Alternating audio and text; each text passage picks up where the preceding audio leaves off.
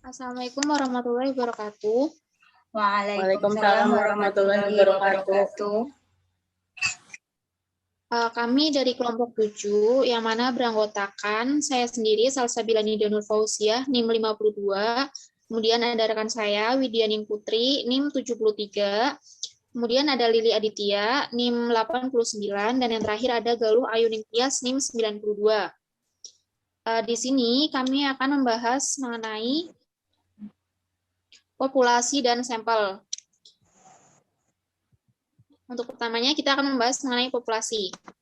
Ya, pengertian populasi.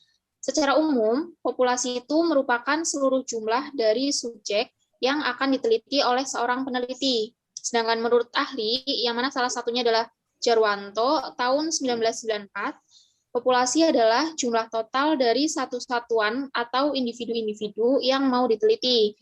Sedangkan menurut Netra, populasi adalah keseluruhan individu yang bersifat umum yang cenderung sama.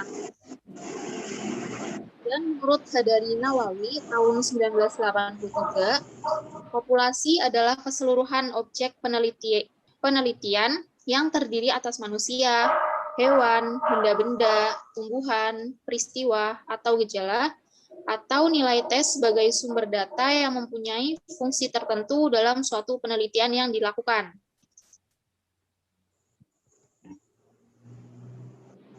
Kemudian ada jenis-jenis populasi.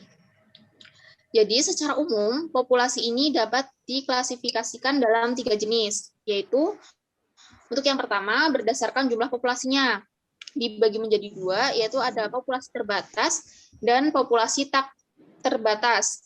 Yang mana populasi terbatas itu merupakan suatu sumber data yang relatif dapat dihitung jumlahnya, karena batasannya itu jelas secara kuantitatif. Sedangkan populasi tak terbatas itu suatu sumber data yang tidak dapat dinyatakan dalam bentuk jumlah karena tidak terdapat jumlah batasannya.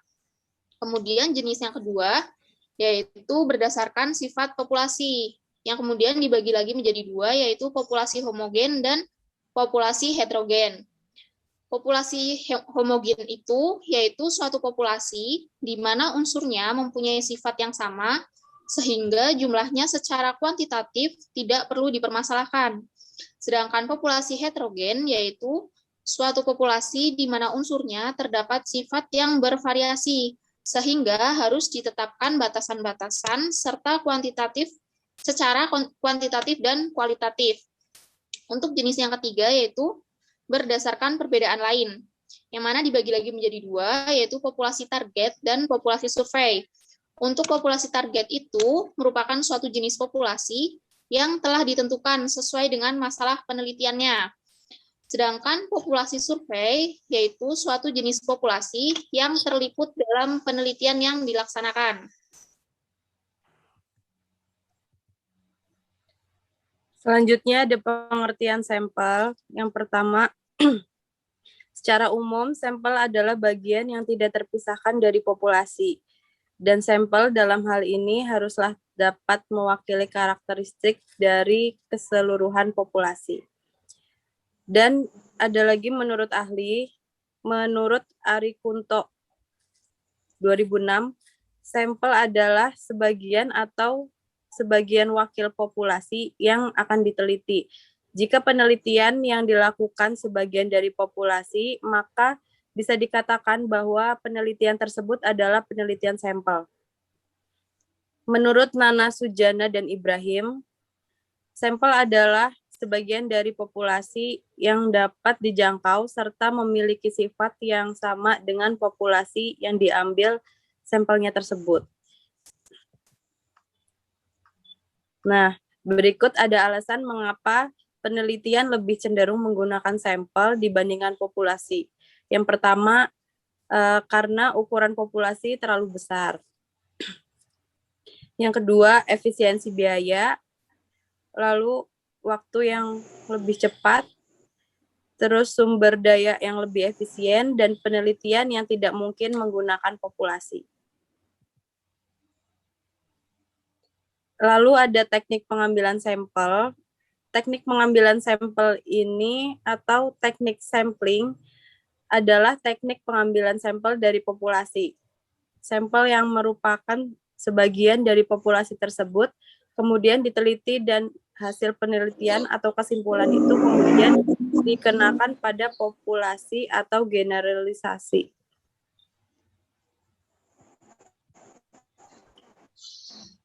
Kemudian, syarat-syarat teknik sampling.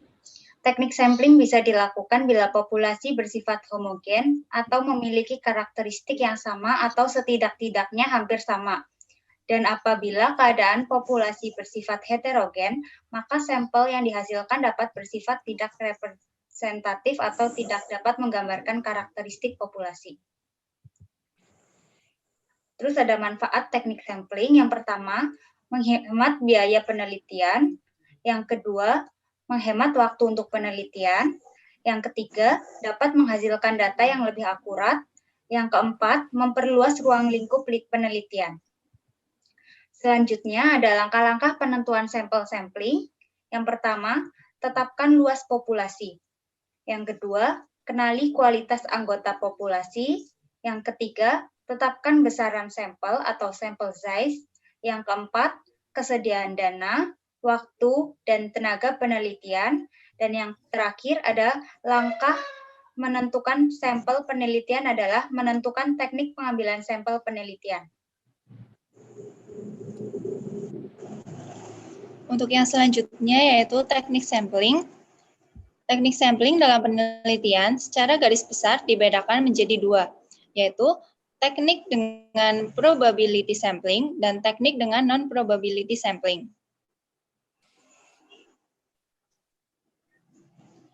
Untuk yang pertama, teknik probability sampling adalah random sampling merupakan teknik sampling yang dilakukan dengan memberikan peluang atau kesempatan kepada seluruh anggota populasi untuk menjadi sampel. Teknik probability sampling ini ada beberapa model, yaitu yang pertama, teknik sampling secara rambang sederhana. Cara paling populer yang dipakai dalam proses penarikan sampel adalah rambang sederhana, yaitu dengan undian. Yang kedua yaitu teknik sampling secara sistematis. Prosedur ini berupa penarikan sampel dengan cara mengambil setiap kasus atau nomor urut yang kesekian dari daftar populasi. Kemudian yang ketiga ada teknik sampling secara rambang proporsional. Jika populasi terdiri dari subpopulasi, maka sampel penelitian diambil dari setiap subpopulasi. Kemudian yang keempat ada teknik sampling secara rambang bertingkat. Bila subpopulasi bersifat bertingkat, cara pengambilan sampel sama seperti pada teknik sampling secara proporsional.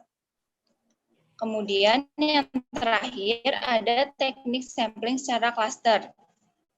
Ada kalanya peneliti tidak tahu persis karakteristik populasi yang ingin dijelaskan subjek penelitian karena populasi tersebar di wilayah yang amat luas. Untuk itu, penelitiannya dapat menentukan sampel wilayah berupa kelompok klaster yang ditentukan secara bertahap. Teknik pengambilan sampel semacam ini disebut cluster sampling atau multi-stage sampling. Kemudian yang selanjutnya yaitu non-probability sampling. Teknik sampling non-probabilitas adalah teknik pengambilan sampel dari populasi yang ditemukan atau ditentukan sendiri oleh peneliti atau menurut pertimbangan pakar. Cara penelitian sampel, penarikan sampel dari populasi secara non-probabilitas adalah sebagai berikut. Yang pertama yaitu purposive sampling atau judgmental sampling. Penarikan sampel dari populasi secara purposive adalah cara penarikan sampel yang dilakukan dengan memilih subjek berdasarkan kriteria spesifik yang ditetapkan oleh peneliti. Yang kedua yaitu snowball sampling, merupakan penarikan sampel pada populasi berdasarkan pola ini dilakukan dengan menentukan sampel pertama, sampel berikutnya ditentukan berdasarkan informasi dari sampel pertama, sampai ketiga ditentukan berdasarkan informasi dari sampel kedua, dan seterusnya hingga jumlah sampel semakin besar. Yang ketiga ada kuota sampling atau penarikan sampel secara jatah, yaitu teknik untuk menentukan sampel dari populasi yang mempunyai kriteria tertentu dalam jumlah tertentu. Yang terakhir ada accidental sampling atau convenient sampling. Dalam penelitian, bisa saja terjadi diperolehnya sampel dari populasi yang tidak direncanakan terlebih dahulu sebelumnya, melainkan secara kebetulan, yaitu unit atau subjek tersedia bagi peneliti saat pengumpulan data dilakukan. Dan proses diperolehnya sampel semacam ini disebut sebagai penarikan sampel secara kebetulan dari populasi.